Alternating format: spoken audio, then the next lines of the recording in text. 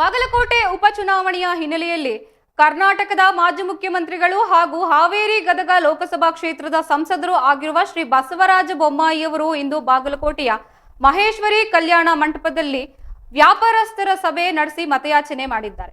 ಈ ಸಂದರ್ಭದಲ್ಲಿ ಮಾತನಾಡಿದ ಅವರು, ಕಳೆದ 2023ರ ಚುನಾವಣೆಯಲ್ಲಿ ವೀರಣ್ಣ ಚರಂತಿಮಠ ಅವರ ಸೋಲು ಬಾಗಲಕೋಟೆಯ ಸೋಲಾಗಿದೆ ಮತ್ತು ಇದರಿಂದ ಬಾಗಲಕೋಟೆಗೆ ನಷ್ಟವಾಗಿದೆ ಎಂದಿದ್ದಾರೆ. ಈ ಸಭೆಯಲ್ಲಿ ಲೋಕಸಭಾ ಸದಸ್ಯರಾದ ಶ್ರೀ ಗೋವಿಂದ ಕಾರಜೋಳ, ವಿಧಾನ ಪರಿಷತ್ ಸದಸ್ಯರಾದ ಶ್ರೀ ಹನುಮಂತ ನಿರಾಣಿ ಸೇರಿದಂತೆ ಹಲವು ಗಣ್ಯರು ಹಾಗೂ ವಿವಿಧ ಸಂಘಟನೆಗಳ ವ್ಯಾಪಾರಸ್ಥರು ಉಪಸ್ಥಿತರಿದ್ದು, ಚುನಾವಣೆಯ ನಂತರ ರಾಜ್ಯದಲ್ಲಿ ಕುರ್ಚಿಗಾಗಿ ಜಂಗಿ ನಿಕಾಲಿ ಕುಸ್ತಿ ನಡೆಯಲಿದೆ ಎಂದು ಬೊಮ್ಮಾಯಿ ಈ ವೇಳೆ ತಿಳಿಸಿದ್ದಾರೆ. ಬಾಗಲಕೋಟೆ ಭದ್ರವಾಗಬೇಕಾದರೆ ವೀರಣ್ಣ ಚರಂತಿಮಠ ಅವರನ್ನ ಗೆಲ್ಲಿಸಬೇಕು ಎಂದು ಕರೆ ನೀಡಿದ್ದು, ಕಾಂಗ್ರೆಸ್ ಸರ್ಕಾರದ ವಿರುದ್ಧ ವಾಗ್ದಾಳಿ ನಡೆಸಿದ್ದಾರೆ.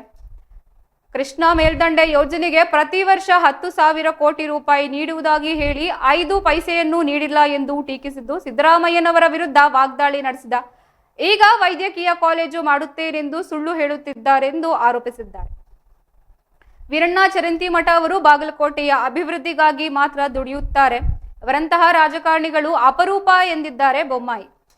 ವೀರಣ್ಣ ಚರಂತಿಮಠ ಅವರ ಗೆದ್ದರೆ ಬಾಗಲಕೋಟೆ ಅಭಿವೃದ್ಧಿ ಹೊಂದಲಿದೆ, ಇದು ಕೇವಲ ಚುನಾವಣೆಯಲ್ಲ, ಮುಂದಿನ ಚುನಾವಣೆಗೆ ದಿಕ್ಸೂಚಿ ಎಂದು ಬೊಮ್ಮಾಯಿ ವ್ಯಾಪಾರಸ್ಥರಿಗೆ ಮನವಿ ಮಾಡಿದ್ದಾರೆ.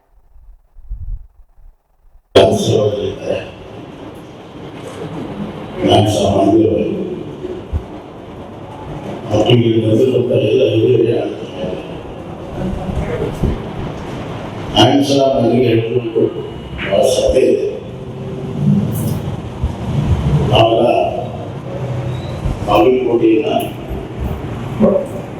ಒಂದು